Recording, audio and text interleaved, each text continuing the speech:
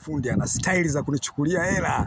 Eti mpaka napiga kumsamba kule juu, nimuone kazi nyingi, yani kazi kubwa ili tateleza udondoke bure, wewe jishike tu vizuri, mimi nakuona unafanya kazi hapo mzee baba. Kwanza hata sijui mtu mwenyewe ungejua kwamba ulipi leo, sijui kama ungepiga msamba huko juu. Malipo kesho utakapomaliza. Ukitaka umani kulipe hapo maliza nikulipe. Vinginevyo yani mzee baba wewe ukichukua tu hela umeenda kunywa gongo.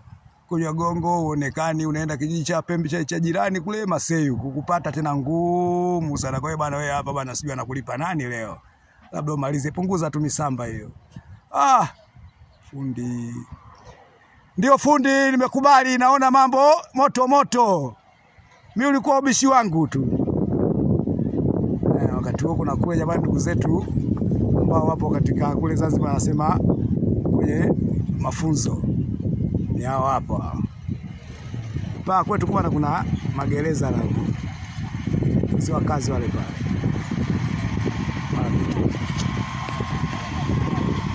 Bibi kaka, mambo vipi? Si wakazi wanamsalimia. Sharif.